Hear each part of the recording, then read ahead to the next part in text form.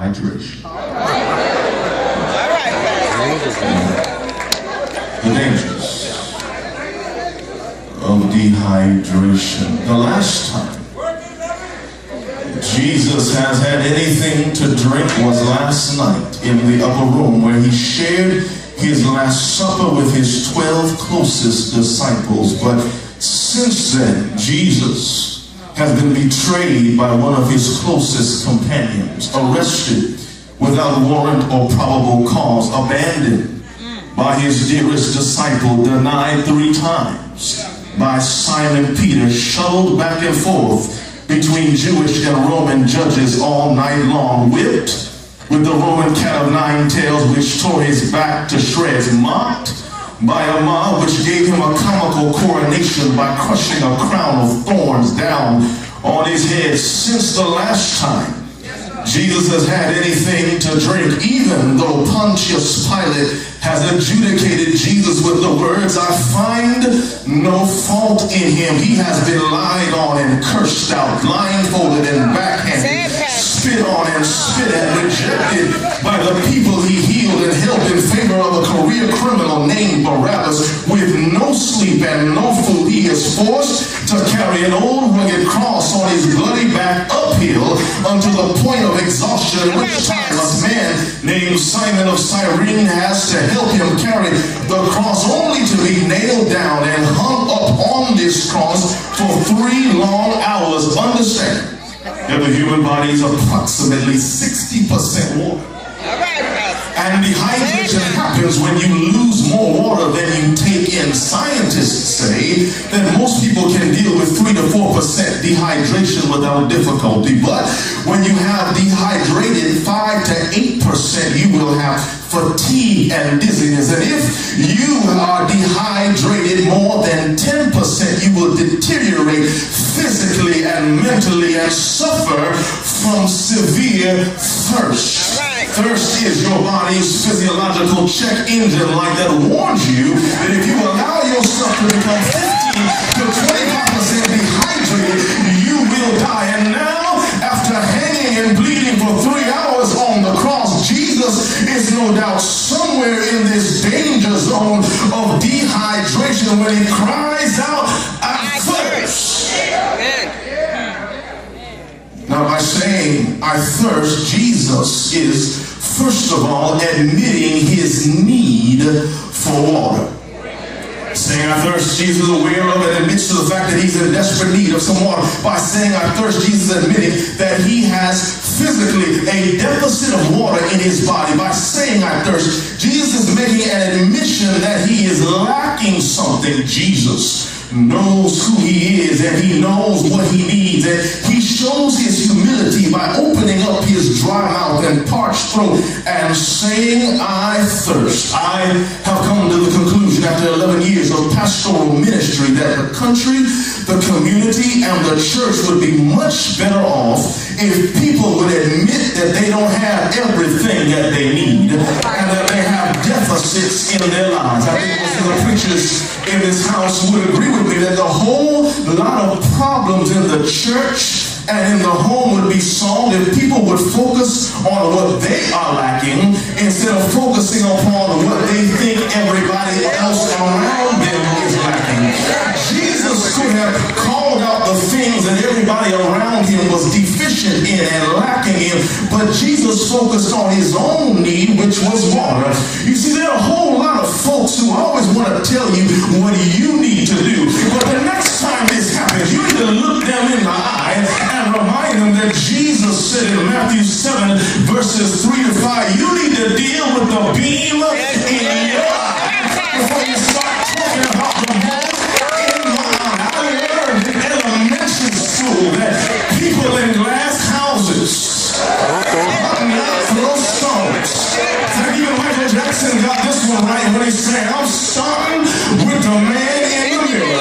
You see, like Jesus, many of us are willing to admit that we don't have everything that we need. We refuse to admit that we don't have it all together. We are ashamed to admit that everything is not okay on the home front. What we all need to do is start honestly admitting that, yes, I've got some issues too. Yes, I've got some problems too. Yes, I've got some idiosyncrasies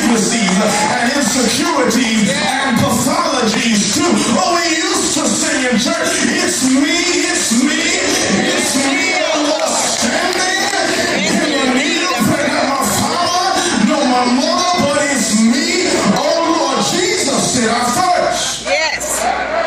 And so doing, yes, he was admitting his need, but by declaring I thirst, Jesus is not only admitting his need, Jesus is simultaneously asking for his need. Yes. By saying I thirst, he was indirectly asking somebody somewhere to give him something to drink. The proof of this is in the fact that immediately an attending soldier got some vinegar, put it on a pole, put it to his mouth so he could drink to deaden the pain. If Jesus had not said I thirst and therefore asked for a drink, nobody would have offered him anything, not one.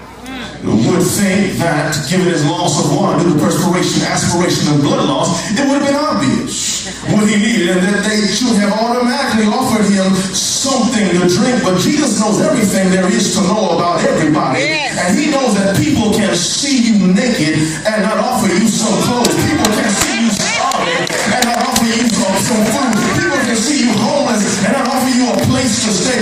And Jesus, recognizing how people really are, didn't wait to be offered. He asked for what he needed. The problem with some of us is that even if we admit our need, we act like we can supply it ourselves. Some people are just too proud to ask for help. But Jesus asked for what he needed. The truth is, some of us will sit up and complain about all the stuff we don't have and the help we don't get.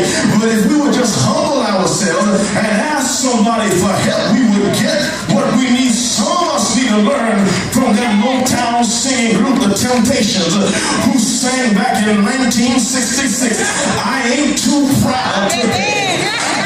Because some of us have not, because we ask not. Jesus said, I thirst, and in so doing, he was asking for his need. Before I sit down, I need to inform you of the fact that when Jesus said, I thirst, he was doing more than admitting his need. He was doing more than asking for his need. He was, in point of fact, announcing to the needy.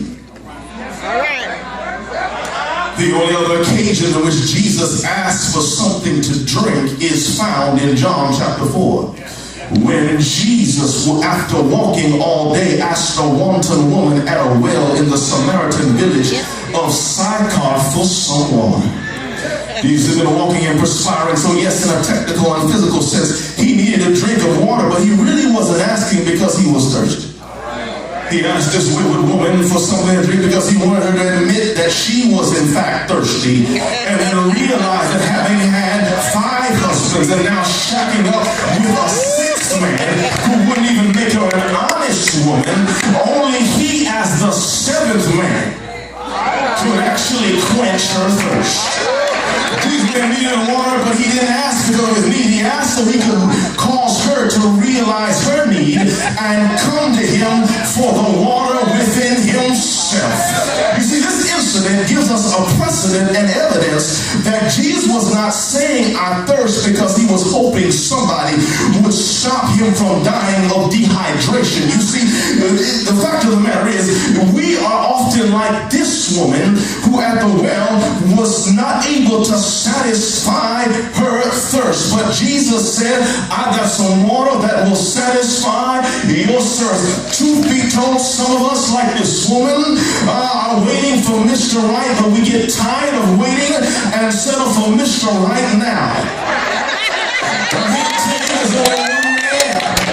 Who can satisfy the deepest needs of your soul, and one who can quench your thirst. The renowned theologian Augustine of Hippo wrote in his book, The Confessions, because God has made us for himself, our hearts are restless until they rest in him. In other words, when Jesus said I thirst, he was being both literal and rhetorical. You see, in the final analysis, Jesus is saying I thirst to let us know that he's got water within him that is actually enough to satisfy whatever we need.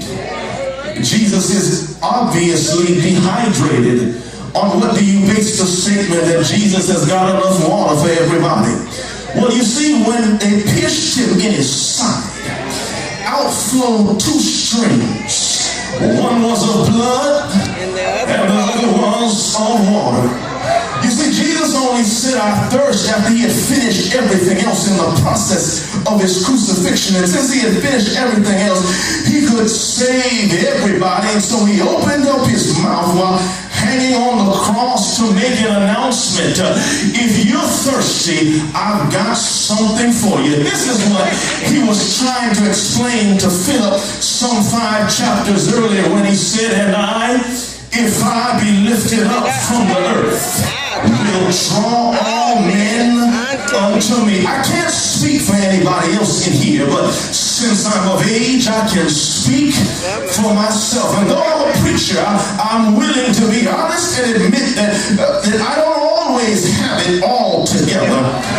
Is there anybody in this place, anything like me, who's willing to admit that you got some needs that are not met? You got some issues that are not dealt with. You got some problems with no solution, some bills but no money, some sickness with no cure, some children with no sex, some spouses with no love. I'm here to tell you, you might be in danger of dehydration. You might now be thirsty, but Jesus said, come unto me, all